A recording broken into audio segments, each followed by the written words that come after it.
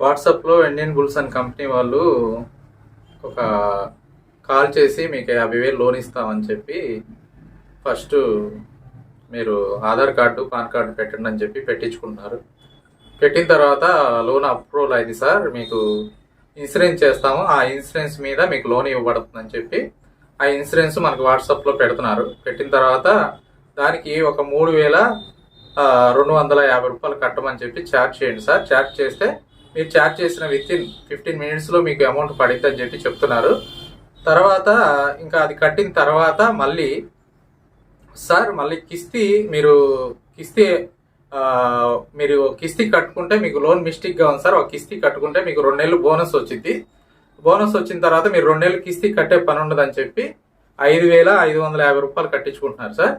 అట్లా కట్టించుకున్న తర్వాత ఇంకా మళ్ళీ ఏం చేస్తున్నారంటే జిఎస్టీ బిల్లు మీకు లోన్ పడాలంటే జిఎస్టీ బిల్లు ఇట్లా 7,750 రూపాయలు ఇట్లా కట్టాలని చెప్పి జిఎస్టీ బిల్ అని చెప్పి ఇట్లా ఛార్జ్ ఇచ్చేస్తున్నారు.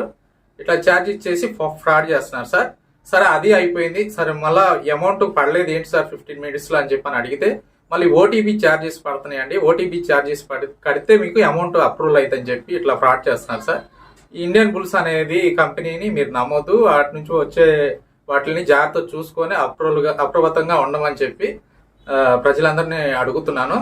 గవర్నమెంట్ ప్రభుత్వాన్ని కూడా అడుగుతున్నాను, ఈ సైబర్ క్రైమ్ అనే దాన్ని కొంచెం మీరు గట్టిగా చర్య తీసుకొని ఇట్లాగా జనాలకి న్యాయం చేయాలి, నాకు కూడా న్యాయం చేయాలని చెప్పి ప్రభుత్వాన్ని కోరుతున్నాను సార్.